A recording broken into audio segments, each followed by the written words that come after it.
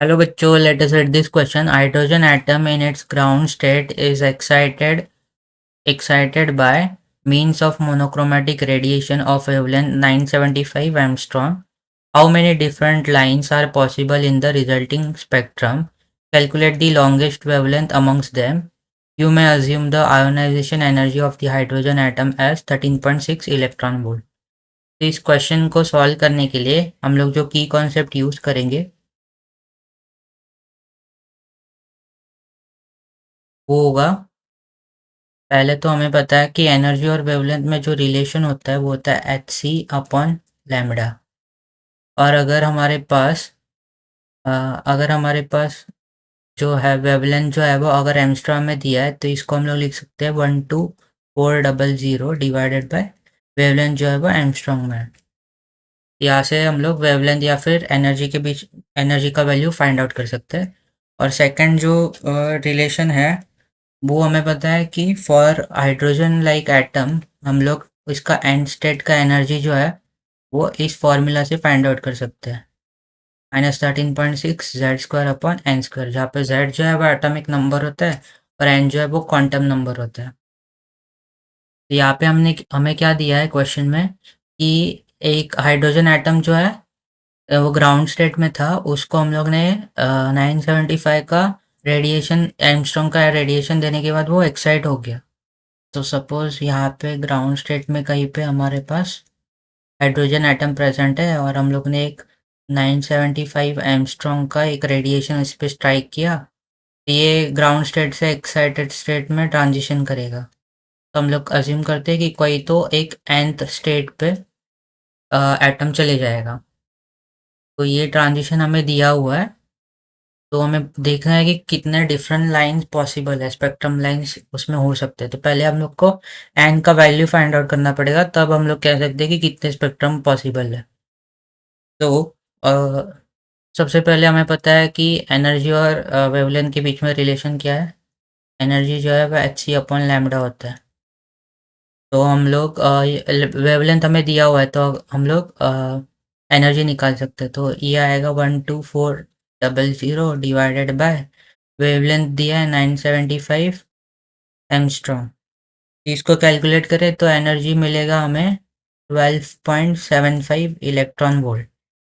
तो हमें एनर्जी मिला 12.75 इलेक्ट्रॉन वोल्ट। अभी हमें पता है कि जो ये जो एंड से एंड वाले स्टेट में ट्रांजिशन करेगा तो ये दोनों के बीच का जो एनर्जी डिफरेंस होगा वो जो एमिशन है हो रहा है फोटोन का उसके इक्वल होगा। फिर जो 12.75 है वो जो ट्रांजिशन हो रहा है उसके इक्वल होगा। अभी क्वेश्चन में हमें सिंस हाइड्रोजन एटम दिया है तो हम लोग हाइड्रोजन एटम के लिए स्पेक्ट्रम ड्रॉ कर सकते हैं। तो हम लोग अज्यूम करते हैं कि ये जो है ये हमारा ग्राउंड स्टेट है हाइड्रोजन एटम के लिए।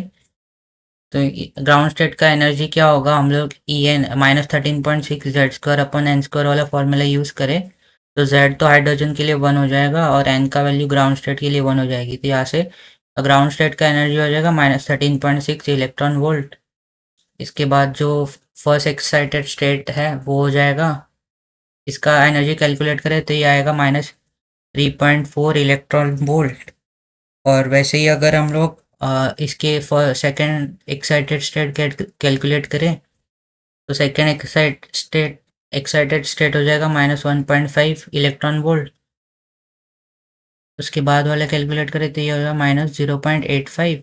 और ऐसे ऐसे आगे आगे ये ट्रांजिशंस आएंगे और जैसे जैसे एन बढ़ेगा वैसे वैसे ये जो विड्थ है ये भी कम होते जाएगी। तो हमें क्या मिला है, एनर्जी हमें मिला है 12.75। तो ये जो एनर्जी है ये जो ट्रांजिशन होगा उसके डिफरेंस के इक्वल होनी चाहिए। तो हम लोग चेक करते हैं कि कौन से स्टेट के लिए जो एनर्जी डिफरेंस है वो 12.75 आता है। ये एन इक्वल्स टू 3 है और ये एन इक्वल्स टू 4 है। तो अगर हम लोग पहला वाले स्टेट के लिए चेक करें तो मतलब यहाँ पे अगर चेक करें तो एनर्जी डिफरेंस जो आएगा -3.4 प्लस 13.6 जो कि आएगा 10.2 इलेक्ट्रॉन वोल्ट। तो ये तो नहीं होगा। फिर ये वाला ट्रांजिशन चेक करें तो यहाँ पे जो एनर्जी डिफरेंस आएगा वो -1.5 प्लस 13.6, तो ये हो जाएगा 12.09। तो ये भी नहीं होगा।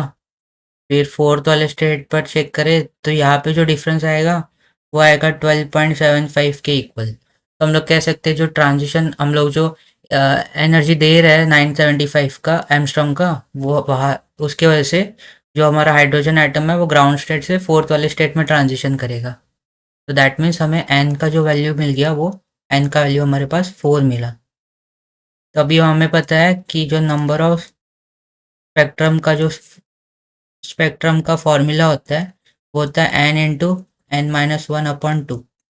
एन का वैल्यू 4 है तो ये हो जाएगा 4 इंटू 3 डिवाइडेड बाई 2। ये आएगा 6। दैट मीन्स 6 ट्रांजिशंस हो रहे हैं, या 6 ट्रांजिशन यहाँ पे पॉसिबल है। और हमें क्या निकालना है? Longest wavelength. तो अभी अगर हमें लॉन्गेस्ट चाहिए तो जो एनर्जी जो है वो स्मॉलेस्ट होनी चाहिए। दैट मीन्स क्योंकि हमें पता है एनर्जी और वेवलेंथ का इन्वर्स प्रोपोर्शनल रिलेशन होता है। तो अगर वेवलेंथ मैक्सिमम होगी तो एनर्जी जो है वो स्मॉलेस्ट होनी चाहिए। अभी एनर्जी स्मॉलेस्ट कब होगी?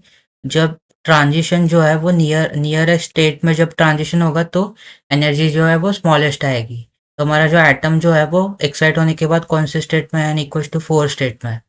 तो उसके नियर बाय स्टेट कौन सा होगा? n=3। तो जब n=4 से लेके 3 में ट्रांजिशन होगा तो जो एनर्जी आएगी वो मिनिमम एनर्जी होगी। तो हम लोग कह सकते हैं E4 माइनस E3 जो है वो हमारी उसके करस्पॉन्डिंग जो वेवलेंथ होगा वो मैक्सिमम होगा। तो यहाँ से अगर हम लोग इसको फाइंड आउट करें तो ये आएगा -13.6।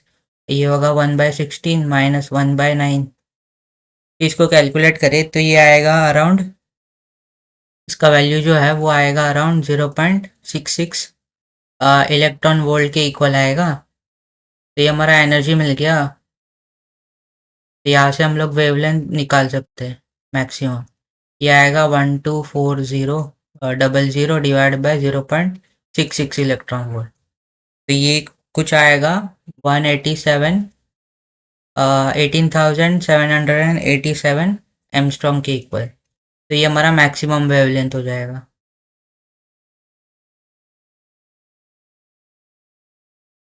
So I hope you have understood it well and best of luck.